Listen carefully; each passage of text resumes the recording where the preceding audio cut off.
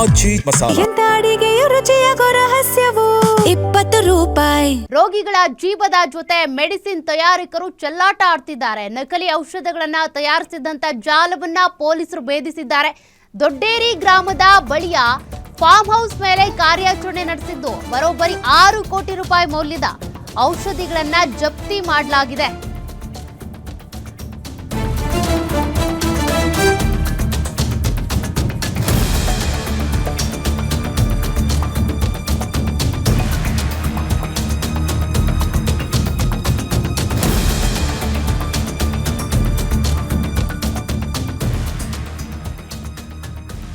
ಪ್ರತಿಷ್ಠಿತ ಎಂಎನ್ಸಿ ಕಂಪನಿಯ ಲೇಬಲ್ ಅಂಟಿಸಿಕೊಂಡು ನಕಲಿ ಔಷಧಿಗಳನ್ನ ಮಾರಾಟ ಮಾಡ್ತಾ ಇದ್ದ ಕಾರ್ಖಾನೆಯ ಮೇಲೆ ಪೊಲೀಸರು ದಾಳಿ ಮಾಡಿದ್ದು ಆರೋಪಿಯನ್ನ ಬಂಧಿಸಲಾಗಿದೆ. ಘಟಕಕ್ಕೆ ಸಂಬಂಧಪಟ್ಟಂತೆ ಪ್ರಭುದೇವ್ ಎಂಬಾತನ ಮೇಲೆ ಎಫ್ಐಆರ್ ದಾಖಲು ಮಾಡಿದ್ದಾರೆ.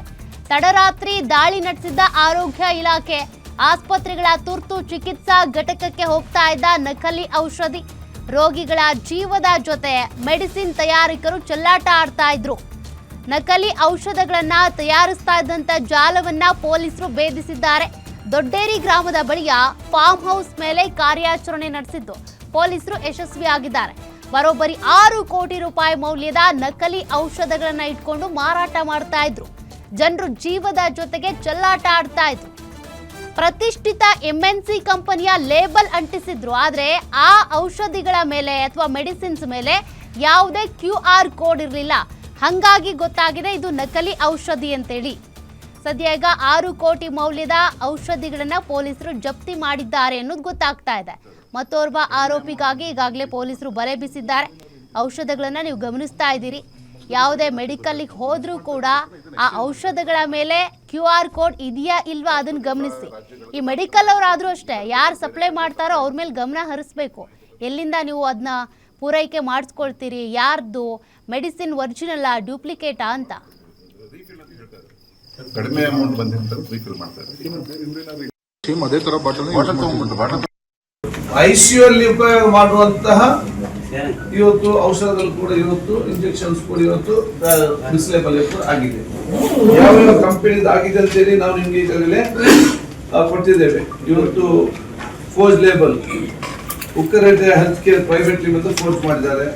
ವೆಲ್ ಕ್ಯೂರ್ ರೆಮಿಡೀಸ್ ಮತ್ತು ಫೀಸರ್ ಲಿಮಿಟೆಡ್ ಬೇರೆ ಬೇರೆ ಇವತ್ತು ಸಂಸ್ಥೆ ಹೆಸರನ್ನು ಹಾಕಿಕೊಂಡು ಇವರು ಕೊಡ್ತಿರೋದು.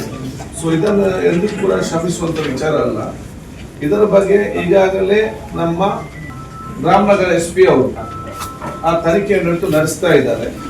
ನಮ್ಮ ಡ್ರಗ್ ಡಿಪಾರ್ಟ್ಮೆಂಟ್ ಮತ್ತು ಪೊಲೀಸ್ ಇಲಾಖೆ ಜಂಟಿಯಾಗಿ ಈ ತನಿಖೆಯನ್ನು ಡೀಟೇಲ್ಸ್ ಕೊಡ್ತಾರೆ ಪ್ರತಿನಿಧಿ ಅರಕೇಶ್. ನಕಲಿ ಔಷಧಗಳ ಜಾಲವನ್ನ ಪೊಲೀಸರು ಪತ್ತೆ ಹಚ್ಚಿದ್ದಾರೆ. ಸದ್ಯಕ್ಕೆ ಏನ್ ಡೀಟೇಲ್ಸ್ ಸಿಗ್ತಾ ಇದೆ?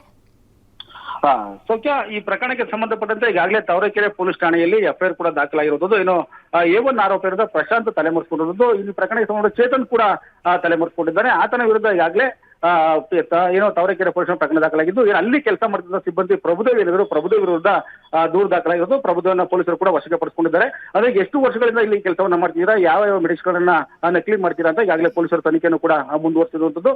ಈಗಾಗಲೇ ಪ್ರಕರಣ ಬೆಳಕಿಗೆ ಬರ್ತಿದ್ದಂತೆ ಏನು ಪ್ರಮುಖ ಆರೋಪಿಗಳಿದ್ದಾರೆ, ಪ್ರಮುಖ ಆರೋಪಿಗಳು ತಲೆಮರೆಸಿಕೊಂಡಿದ್ದು ಈಗ ಪ್ರಭುದೇವ್ ವಿರುದ್ಧ ಹಾಗೂ ಆತನ ಸಹಚರರ ವಿರುದ್ಧ ಈಗ ದೂರು ದಾಖಲಾಗಿರೋದು. ಸದ್ಯಕ್ಕೆ ಪ್ರಭುದೇವರನ್ನ ಪೊಲೀಸರು ವಶಕ್ಕೆ ಪಡಿಸಿಕೊಂಡು ಪ್ರಕರಣದ ತನಿಖೆಯನ್ನು ಕೂಡ ಮುಂದುವರಿಸ್ತಾ ಇರುವುದು. ಸೌಖ್ಯ. ಓಕೆ, ಥ್ಯಾಂಕ್ ಯು ಅರ್ಕೇಶ್ ಡೀಟೇಲ್ಸ್ಗೆ. ನಕಲಿ ಔಷಧಿಗಳನ್ನ ಮಾರಾಟ ಮಾಡ್ತಾ ಇದ್ದಂತ ಜಾಲದ ಮೇಲೆ ಕಣ್ಣಿಟ್ಟಿದ್ದ ಪೊಲೀಸರು ಕೊನೆಗೂ ಕೂಡ ಆ ಒಂದು ಜಾಲವನ್ನ ಭೇದಿಸಿದ್ದಾರೆ. ಇದಕ್ಕೆ ಸಂಬಂಧಪಟ್ಟಂತೆ ಆರೋಗ್ಯ ಸಚಿವರಾಗಿರುವಂತಹ UT ಖಾದರ್ ಅವರು ಕೂಡ ಮಾತನಾಡಿದ್ದು ಕ್ರಮ ತೆಗೆದುಕೊಳ್ಬೇಕು.